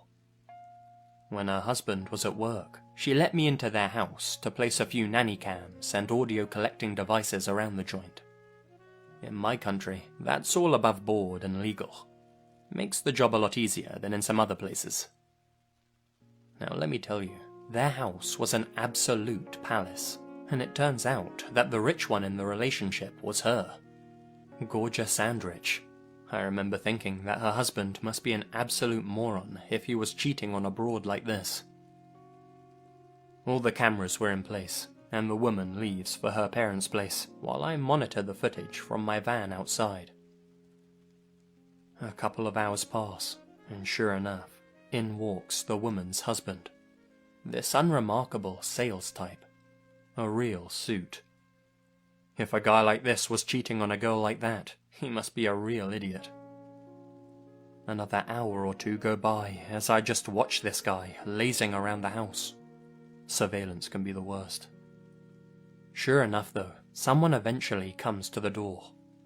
Busted, I think to myself. But it's not a woman. It's another man. Okay, now things were starting to make sense. But it's not what you think. This wasn't a lover's rendezvous. This was a business transaction. As I listen in to the conversation, it starts to become apparent what's going on. The guy at the door was a hitman. The suit wanted his wife dead, presumably so he could inherit her huge fortune. While his wife was away, this bozo was showing the would-be killer the layout of the house to make his job easier. That was their plan, to make it look like a home invasion gone wrong. The husband was going to conveniently be away from home on the night it happened. Had this woman not come to me when she did, she'd have had days, literally days left to live. Needless to say, I contacted the police immediately. Of course, the two of them denied everything, but I had all the evidence needed to ensure they'd go down for conspiracy to commit murder. That's 2 life sentences right there, and 1 life saved. So there you have it. Those two arseholes are rotting in a cell somewhere. The woman got more for her money than she could have ever imagined. And when people ask what the most interesting case I ever worked was, I get to tell this story and feel like a bit of a hero. I was on an equestrian team throughout middle school with about 9 other girls. My coach's name was Deborah, and one of the most awesome things about Deborah was that she'd always take our teams on reward trips or events. Trips included outings such as movies, water park dates, or just barn sleepovers. This particular trip was a trail ride overnight. We were ecstatic as trail overnights were only a summer thing, and it was one of the first ones of the year. Basically, a trail overnight was a weekend that we would go on a 3-day-long trail ride. We'd pack a bag or two, meet up on Friday morning at the stable, load up our horses and bags into the 3 trailers, and be on our way. That was exactly how it happened this particular trip. Everything went exactly as it should have, and we set off to a trail near the Sleeping Bear Dunes as I live in rural Michigan. Things got odd a few hours into the trip. We had all left at about 7 in the morning, so that left us with plenty of daylight to do fun stuff after we got settled into the campsite. Deb had us all saddle up to go along the Lakeshore Trail. Once everyone was in the saddle, we set off on a narrow, single-file-only trail that wound through some woods and eventually would lead us to an overlook of the beach. I was completely in my zone. My horse, Aries, was not. It was like he and a few other horses were sensing something that nobody else did. But we chalked it up to being in a new place that we had never camped before. Being that Aries was a Mustang, I thought maybe his wild instincts were kicking in after a few years of being domesticated as well. At about 7 o'clock that evening, while Deb and the stable hand Carla cooked up hot dogs and the rest of us had to come back from swimming, I decided to take Aries out for a quick trot and a loop around the campsite in hopes to calm him down. I grabbed my helmet and mounted up, not bothering to grab reins or saddle up, and just tied the lead rope to the other side of his halter. The ride went how I expected it to, with Aries acting up, although this time his behavior was different. He didn't just seem agitated, he seemed distressed, like something was really scaring him. I looked around and couldn't see a thing. No deer, no bears, no other horseback riders or mountain bikers or anything. I decided to go down a little trail that would wind back up at the campsite after about 5 minutes rather than just going in a loop. This is where it hit the fan. We had been going for about 2 minutes on this little trail when I started feeling funny, like we were being watched. I turned around and nobody was there. At one point of the trail, we came across a big boulder, and this was where Aries stopped completely. No amount of nudging or encouragement budged him. He absolutely refused to go any further. I slid off his back and tried pulling him to no avail. That's when I noticed where his eyes were focused. He wasn't looking at me, but over my shoulder. Slowly, I turned around and saw a tall, dark figure about 50 yards away, maybe less, standing ahead of us on the trail, not moving, even though I'm sure he heard us. I didn't know what to do. Was he a hiker? It was obviously a man, but he had no pack, no bike, nothing. He was holding something in his hand, though. A walking stick, maybe. I didn't want to bother him or go near him, as his presence had given me the creeps. I whispered to Aries that we were going back, and slowly climbed on. As soon as I was situated and I looked back at the man, though, my heart dropped. The figure had turned towards us, watching. I could tell because I could faintly make out the zipper of his jacket. There was no doubt he had seen and heard us, so there was no point in trying to be subtle. I offered a wave, trying to signal I was out of there and wouldn't be a bother. Aries was more than happy to oblige. When I looked back again, my heart dropped even further and I froze. The figure was getting larger. The man was chasing us, running at full speed. I saw what was in his hand, a machete? It couldn't be, but it sure looked like some kind of weapon. I said Aries' name loudly in fear, and he knew what I wanted. He kicked into overdrive as the man had caught up to about 10 yards away from us. Mustangs are fast, and Aries was no exception. That made hanging on without a saddle a bit difficult, but I somehow knew that if I fell, my life was over. And just my luck, I did fall. Aries had put some distance between us and the man to where I could no longer hear or see him, but it didn't take long for the machete guy to come within hearing range. The man came up over the hill of the trail and spotted me immediately. I knew I was doomed. The man started towards me, and before I could bolt, I heard the thundering sound of hooves speeding in my direction. The man, although I couldn't see his face beneath the hood of his jacket, I could tell he was looking behind me. I turned too and had to dive out of the way. Aries was speeding towards the man in like a freight train. I couldn't believe what I saw. Before the guy could dive out of the way, Aries struck him with full force and trampled him, making the guy yell out in pain. He lay there limply, more than likely a bone or two was broken. Aries was big for a Mustang, and being hit and run over by any horse isn't going to leave you without injury. Aries disappeared over the hill for a second, then came back and ran the man over a second time. He stopped long enough for me to scramble onto his back and we sped to the campsite. I told Deb and the rest of the group that we needed to call the police and get the hell out of there. As soon as I told Deb, she had us pack our stuff up and get in the trailer and trucks while she called the police. They didn't take too long to arrive, as there were usually some scouting around the area we were in. I told them everything that had happened, and that the man may still be laying where we had left him because Aries had trampled him pretty badly. We didn't stick around long enough to find out, but we learned that the guy I had encountered had previously been arrested for assault with intent to kill. How he had gotten into the woods, I'll never have any clue. I do know that I owe my life to my horse, as I wouldn't be here to tell this story had I not been with him. People say horses are dumb animals, but I think Mustangs are different. I think if Aries had not been wild before, he wouldn't have been able to recognize the threat. Anyway, that's my story. If there are any fellow riders out there, or even just hikers or mountain bikers, whatever you might do on the trail, I recommend you don't go do it alone. One time I went to the bar with one of my friends. I had just turned 21, so I haven't been to many bars up to that point. My friend was drinking on the way to the bar, so he was already pretty drunk when we got there. When I sat at the bar, a cute girl came and talked to me and my friend. She said her name was Candace, and I noticed she had really, really bright red hair. I assumed she dyed it. I mean, it was pretty, but unnatural. Anyways, the girl was flirting with me and my friend. She could tell my friend was already very drunk. To be honest, I played along like I was drunk already too, since it seemed to be working for my friend. I didn't know if she was just trying to get free drinks, so I told her we didn't have much money. She then offered to buy us drinks.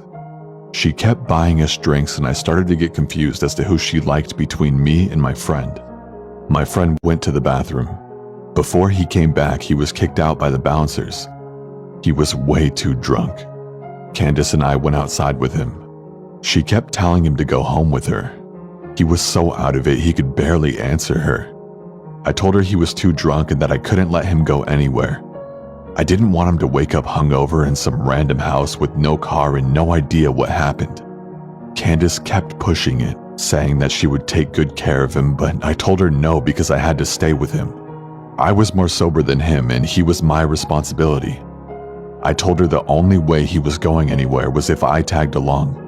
I assumed she thought I was jealous or cock-blocking, but my friend could barely stand and lost interest in Candace already at that point. She immediately started flirting with me and offered to get my friend a taxi to drive home, and said we could go to her place alone. At this point I had a few drinks and I was already buzzed, so I agreed. We took my friend to the taxi and walked to her car.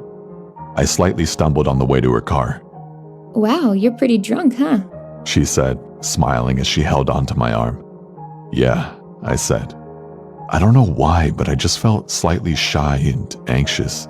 Everything was just happening too easy for me, so I felt uneasy. We got in her car and we drove down the street. Want to stop at the liquor store and get somewhere to drink? I'll buy it, so don't worry about paying. She offered. I didn't want to drink any more than I already did. I mean, I was already buzzed and wanted to be able to carry myself throughout the rest of the night. Sometimes I made myself look stupid when I'm drunk, so I didn't want to ruin anything with Candace more than I already did earlier with telling her my friend was too drunk. I told her I was already drunk enough, but she insisted. I didn't want to seem lame, so I told her to get me a pint of liquor with some apple juice to chase it. She went into the store and came out with a lot more than just a pint. I assumed she wanted to drink more also, and that's why she got a fifth instead of a pint. On the car ride, we passed the bottle back and forth, but she took tiny sips. I tried to take tiny sips, but she kept passing me the bottle and telling me to drink. I somehow managed to drink all of my apple juice, and I pretend to drink the bottle by spitting the liquor into the apple juice bottle. I tossed the apple juice bottle full of liquor out the window before she even saw it. I didn't want her to know that I was acting drunker than I was. I mean, she actually believed I was sloppy drunk when I was simply buzzed. I took a couple more sips of liquor and then finished the bottle. Throughout the car ride, I called her the wrong name a couple of times to get a reaction out of her. She didn't react to it. She just kept letting me call her Carla without correcting me. For some reason, I thought maybe she lied to me about her name initially. We drove up to her house, and I pretended to trip and stumble into her front door. She helped me walk inside by holding me up. She opened her front door, which was unlocked, and we walked into her house. She closed her front door and then she locked it. I thought that was strange, but assumed she didn't want anyone walking in on us. I told her that I had to use the bathroom. I walked into her bathroom, locked the door, and looked in the mirror. I just felt strange. I felt like something was off. I felt myself becoming more drunk from finishing the bottle earlier. I turned on the sink to make noise and made myself puke up the liquor I drank. I flushed, went to the sink, and started drinking the tap water out of my hands to sober up. I just didn't want to be drunk, but I still wanted to hook up with Candace, so I pretended to be drunk. I turned off the sink and I could hear her talking to someone. He's drunk as hell. He can barely stand up. You do it. Who was she talking to, and do what? I walked out of the bathroom and into the living room. The moment I stepped into the living room, I saw her walking into another room. All I could see was the back of her head, that strange, very bright red hair go into another room. I didn't see her face or anything. I just saw her kind of walk fast into the room. The living room was pretty dark. "Hey, where are you going?" I slurred like I was drunk. She walked back into the dark living room and up to me. Let's go in my room, she said. I looked at her bright red hair and then into her eyes. They were different. Her whole face was different. It was another girl with the same hair, and that's when I realized it was another girl with the same wig on. It was a wig the whole time. She changed it with the girl from earlier for whatever reason. My heart felt like it stopped, but I tried to look like I had no idea it was a different girl. I kind of smiled at her and told her I needed to use the bathroom one more time and told her sorry I was so drunk. She said, "It's fine, just hurry up in there." I went into the bathroom and locked the door. I heard her whisper something to someone again. This time I think I heard a male voice whisper back. I honestly didn't concentrate on listening to exactly what she said, but something sketchy was going on, and I had to get out of that house. I opened the bathroom window and jumped straight out of it, and ran faster than I ever have in my entire life. I didn't look behind myself or anything. I just ran straight through the backyard, jumped the fence, ran through someone else's backyard, hit a road, and ran towards the main road. I kept running down the main road until I saw a Star CVS. I ran into the CVS and stood straight at the front of the store in front of the camera. I called a taxi and went home. I try to think of what happened that night. What was she or they planning that night? Why did she tell me a fake name? Why was she trying to get my friend and I so drunk? I thought maybe a robbery, but she kept spending money on us. She kept buying us drinks and even paid for my friend's taxi cab. And mostly, why did she wear a wig that she gave to another girl to wear? Who was she talking to? What did it mean? And what was in that room they tried to lure me into? The next day after this incident, I went back to the house with a couple of friends to see just what was going on. Nobody was there. No cars, no people, nothing. Just an empty house. I ended up finding out that the house was a summer rental, and whoever those people were, they broke into that house and used it for only that night and never came back. Anyways, that's my story.